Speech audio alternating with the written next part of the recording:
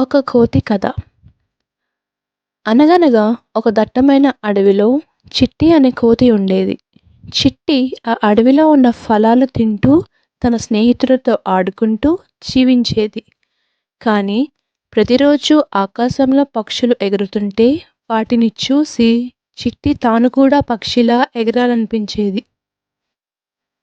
ఒకరోజు చిట్టి ఆకాశం వైపు చూస్తూ నేను పక్షిలా ఎగరగలిగితే ఎంత బాగుంటుంది అని మనసులో అనుకుంది.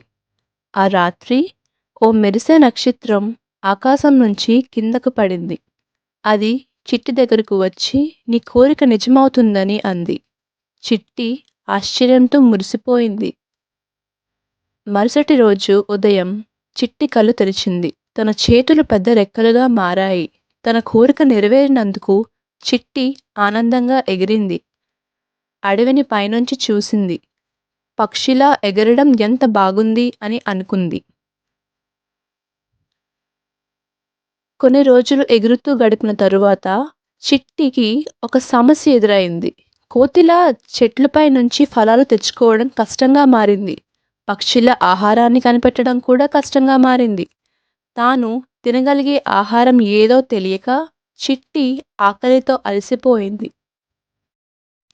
తనతో పాటు పక్షుల సమూహంలోనే ఉంది కానీ తనకు అక్కడ ఒంటరితనం అనిపించింది. నేను కోతి కావడం మంచిది. నా స్వభావానికి తగినంత ఆహారం తింటూ హాయిగా ఉండేదాన్ని.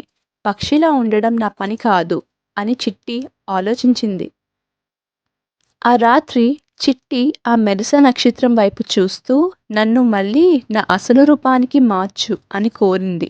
అద్భుతంగా నక్షత్రం మరోసారి మెరిసి చిట్టి మళ్ళీ తన సహజ రూపంలోకి మారింది. తన చేతులు తిరిగి వచ్చాయి. తన రెక్కలు అదృశ్యమయ్యాయి. తరువాత చిట్టి సంతోషంగా తన చెట్లపై ఊగుతూ ఫలాలను తింటూ తన జీవితం గడిపింది. ప్రతి ఒక్కరి ప్రత్యేకతలో అందం ఉంటుంది.